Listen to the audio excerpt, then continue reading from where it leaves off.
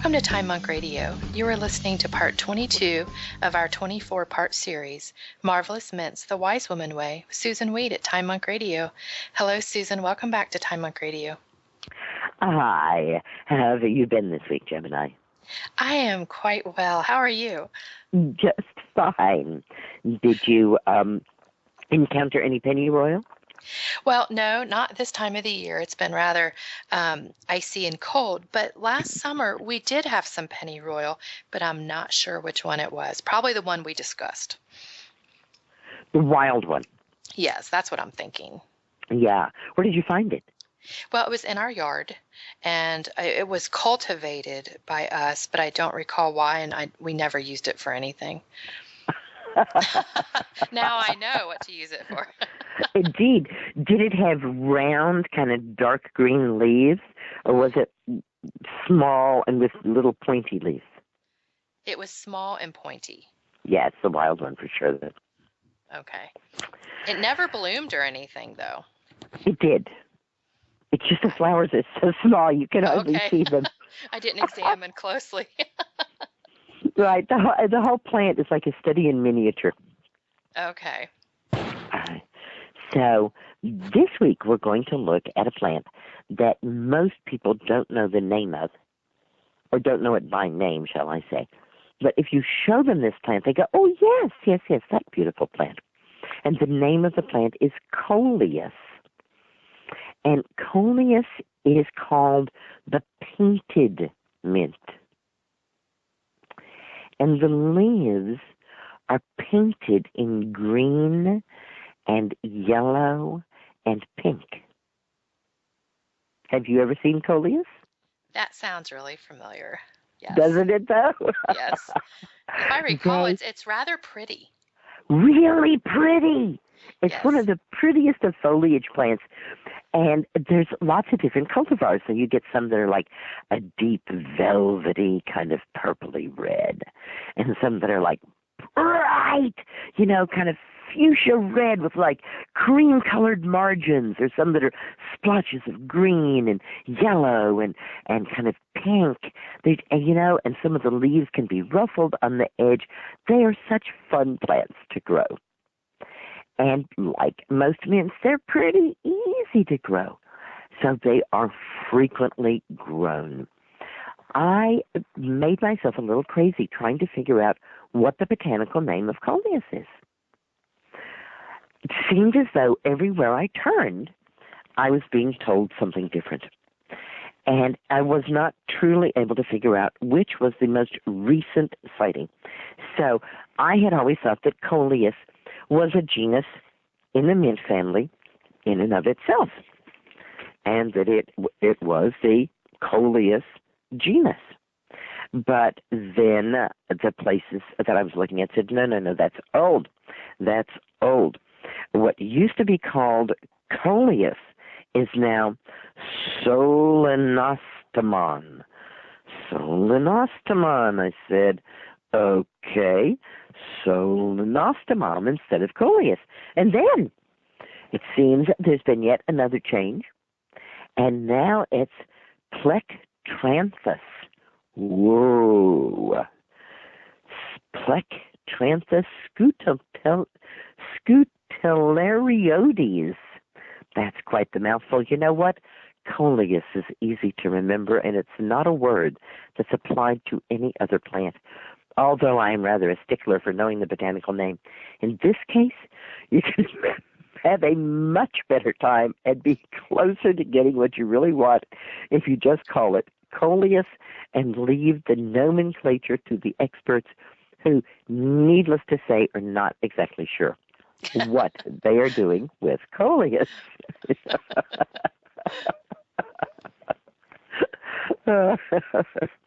In the wild, Coleus can grow up to 3 feet tall and a foot around. It gets to be a really big shrub.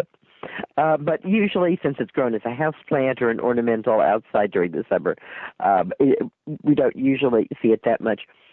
Coleus bloomi is the specific Coleus, and that's the previous botanical name, Coleus bloomi, B-L-U-M-E-I, all right, that we want for its psychoactive properties.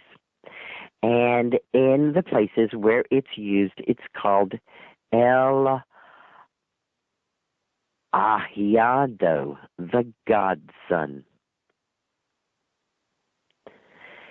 And as we move through the plants we're talking about tonight, you'll begin to find out why this is called the godson, and who the father or the man or the woman is, because there's a relationship between these plants.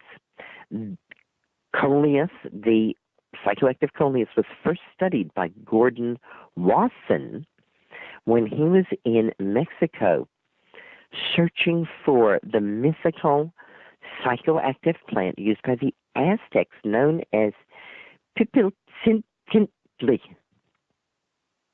What was that? Pipiltzintli. Sounds more Polish, doesn't it? It's like, what a thing to search for. You know, it's like an old science fiction or fantasy novel. I am searching for the mythical Pipitlinsinski.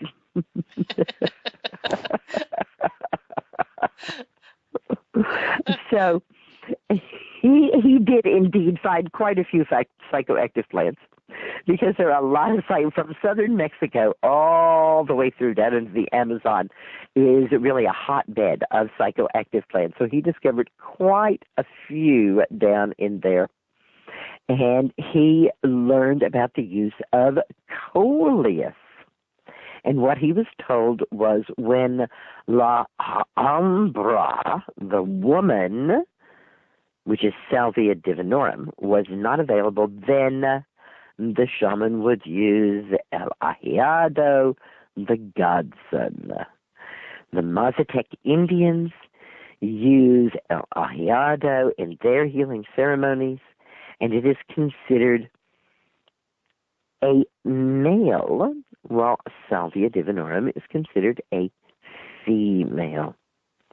However, it was told to Wasson over and over again that Coleus was the second best, and that they only used it when they couldn't get the thing that they really preferred.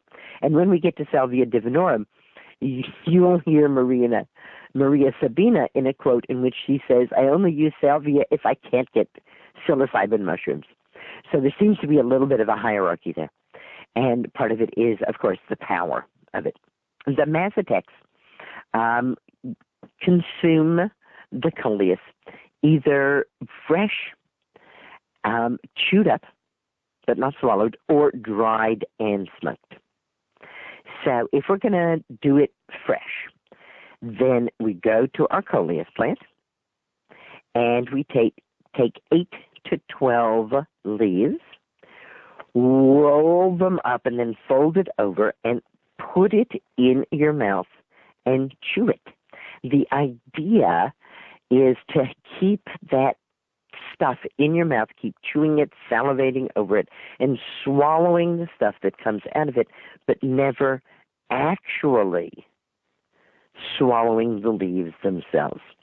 You do this for 15 to 20 minutes, and then you replace it with a new bunch of Coleus leaves, and you keep on doing it for as long as you feel that you are getting benefit from it. If what you want to do is to smoke it, then what you do is you pick it when it's flowering, dry it, crush it, and usually throughout Central and South America, herbs that were going to be smoked were mixed with tobacco. And just so the Coleus leaves are generally mixed with tobacco when they're smoked. The Mazatec also used Coleus as a tea to treat stomach pain, digestive problem, and dysentery. Are we surprised? It's a mint. It heals the digestive system. They said, hey, it may be psychoactive, maybe we use it in our ceremonies, but you got a bellyache, it can help you too.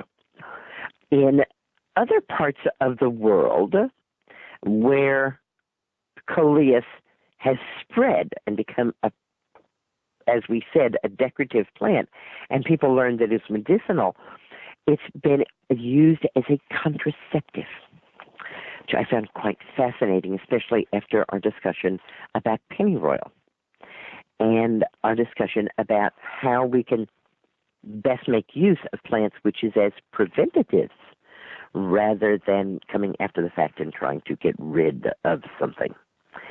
The science on the active alkaloids in Coleus is not very strong. It's not a plant that has been looked into very strongly, but there's some hypothesizing that some of the things that are in Coleus are actually changed when they are burned, so that smoking it may be preferential.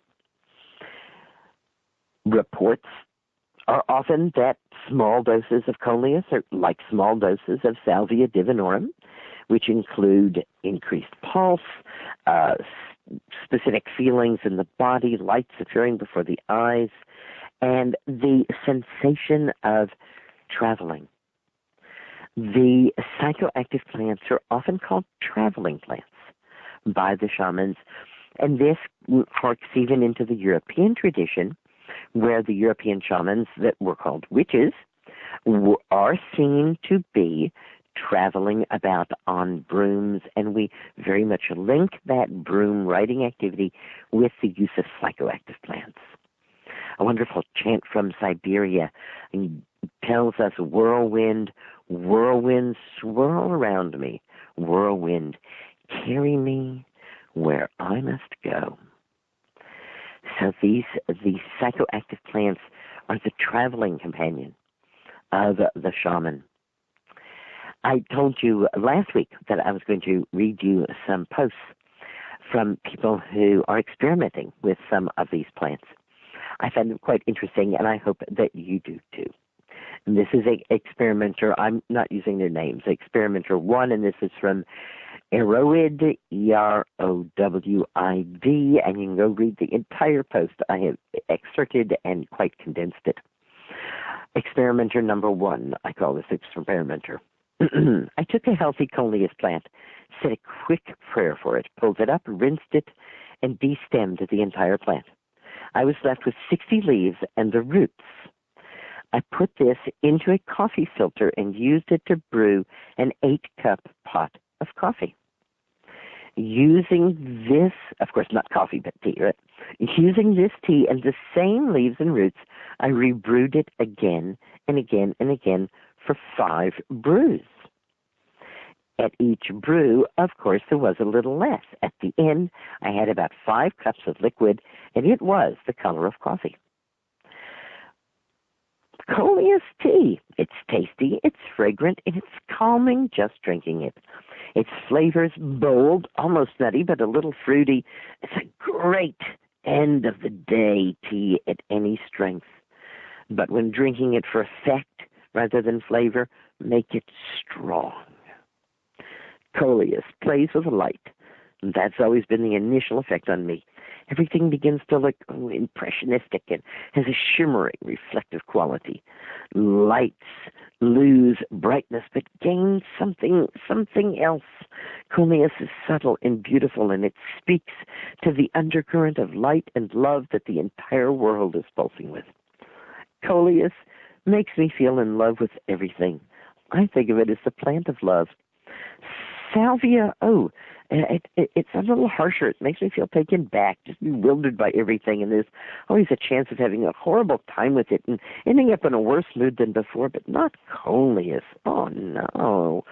Coleus is never too intense. It just wraps its arms around everything and adds a nice little touch to everything in my life. Coleus has always loved me and held me and cared for me when I needed it the most.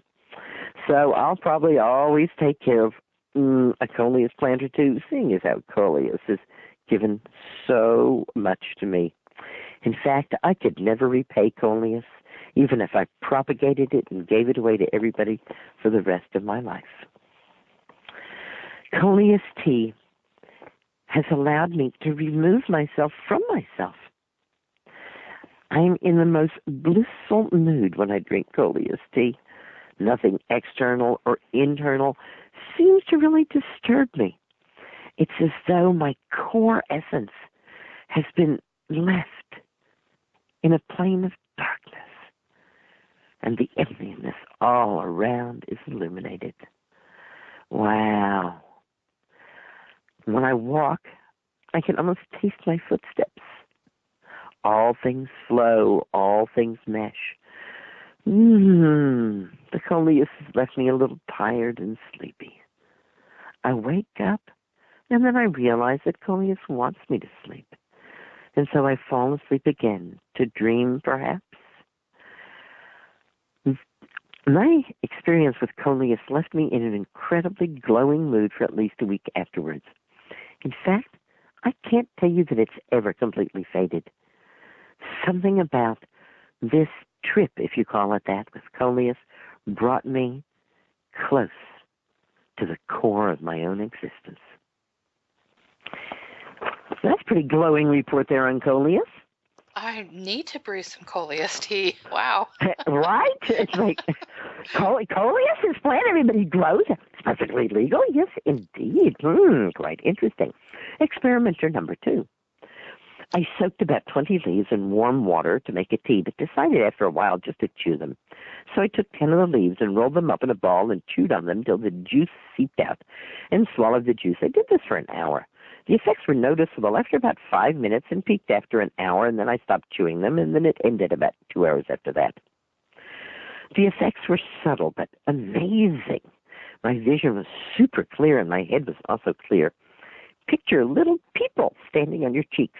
Their point of view was how I saw everything, like from high up and far away. My denim jeans looked like velvet. Whoa. I took up my pen and I sketched amazing things instantly without even having to think in the way. Wow, the way the ink was coming out onto the page, it was amazing. And I felt so relaxed. It was unbelievable. It was euphoric. Once I get comfortable, I did not want to move. From what I've heard about opium, maybe it was like an opium buzz, but my head was really clear. I felt like there was nothing in my head, but well-articulated words and emotions came pouring out without my needing to think about it. Subtle effects, peak, slight drop, subtle effects, and done. One thing I liked about Coleus was if I focused in on something, it would morph or do something cool.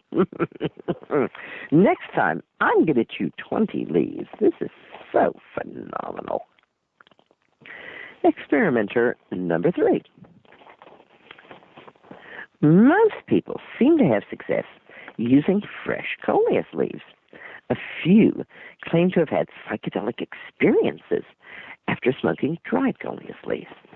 I bought a packet of Coleus, blew my seeds, and planted them. After they'd grown to a height of 1 foot, I picked a dozen large leaves from the 4 plants that I'd grown, and I dried them. I packed a large bowl of the dried Coleus leaves and took 3 or 4 big hits. The smoke was pretty harsh, but not unbearably so, and it had quite a distinctive taste. After the second hit, I felt a slight body buzz, very comfortable. I remember feeling happy about myself, happy about the state I was in. It wasn't intense, but it was enjoyable. One particular thing that I remember was that I was out walking and I looked at a car parked in my driveway, and it seemed strangely elongated, and I remember thinking, ooh, this stuff really works. Well, by the time I was done with my walk, the effects had all worn off, but I must admit I had very vivid dreams that night. Overall, I would say it was a pleasant experience, and I have smoked Coleus multiple times since my first experience. I think somebody who doesn't smoke cannabis regularly would get a lot more out of it. Smoking dried Coleus leaves with 2 friends of mine, one said he felt the effects, and the other said nothing happened. So perhaps it's different for different people. Experimenter number 4. First, I took 6 fresh Coleus leaves, and I rolled them up, and I stuck them in my mouth, and I chewed. And I sucked. And I sucked on the juices, and I might have felt something. I don't know, maybe not. Then I took 10 leaves, and I put them in a blender with some warm water, and I blended it until the leaves were like ground up. And that, plus a bit more water that I used to just wash out the stuff that was left in the blender, and a bit of lemon juice, went into a pot on high heat, and I boiled it for about 30 minutes, basically until all the water had evaporated, and there was just this mass of dark greenish plant matter. And then I dried it, and I smoked 2 bowls. My 10 leaves produced about 6 bowls altogether. Well, about 5 minutes after finishing the second bowl, the stoned feeling came over me throughout my body, but most noticeably my face. This was way more intense than the effect produced by chewing. When I looked at the walls, there were like patterns all over them. My thoughts weren't altered at all, but everything looked really interesting. I would like to smoke some more Coleus and see if the effects are more pronounced after I smoke it. Now, when we started talking about Coleus, we were talking about the fact that this is a plant that has very beautiful and strong colors. Most of the mints that we've talked about have green leaves. We certainly mentioned that there are species that have variegated leaves. You can get a variegated sage or a variegated marjoram, and those are usually green and cream in the variegated. And there, of course, are also purple sages as well. So it's not unusual for plants in the mint family to have purplish colors or to have cream colors. And, of course, to have green, which most leaves are. But it is very curious indeed for this to, come about in the wild.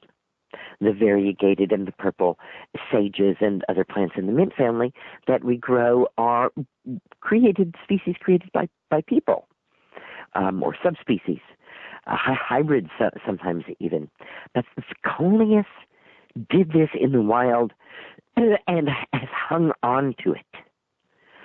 So right away, we know something is up with this plant.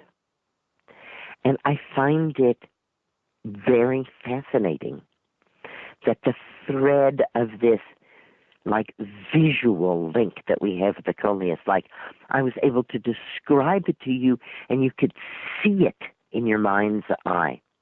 And I know that many of the listeners could see it as well. And these experimenters, their reports talk about how their vision was remarkably clear, as well as being, shall we say, a little bit trippy. Things were a little bit different. And yet within that difference was this real clarity. So Coleus catches our eye, and we remember it because of the way it looks. And when we use it, it catches our eye and helps us to remember things by showing them slightly differently, so that we see things in a different way. The godson and the woman, as well as the little people, were all used in healing ceremonies. They were used to help the healer see what the problem was. We today might call them a diagnostic tool. We might think of the shaman who's sitting there chewing on Coleus leaves and sitting with the patient as someone who is developing their inner vision, their third eye, perhaps esoterically we would call it, their ability to see within the person. And this is always done in a ceremonial way. It's not that we go and sit in a corner and chew on some Coleus and think about someone we want to heal. No, they must have come to us asking for that healing, and they sit with us while we were chewing on the coleus leaves or the leaves of the diviner's sage, which is very much approached in the same ways, by chewing on it or by drying it and smoking it. I found it very interesting. The person, I think it was experimenter number 2, who basically got rid of all the stalks and stems that kept the roots and the leaves. And in general, it's the above ground parts of the mints that we use. We don't talk about using rosemary root or catnip root or peppermint root. So I found it a little fascinating that this experimenter, focused in on the root. I don't know whether they got a better effect from it because they included the root in what they did or not. Coleus, I have only seen as an annual, although we often make cuttings of it and root them and hold them over winter so that they grow again the next year. And annuals rarely have anything notable in their roots.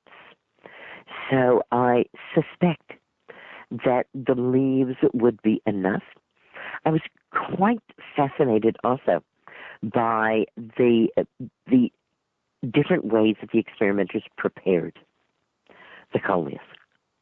And thinking back to the native Mazatec people who basically either chewed on it and spit it out and chewed on some more and spit it out, or who dried it and smoked it. And again, this is when we are drying it for smoking, we have, shall we say, the luxury of waiting until it flowers.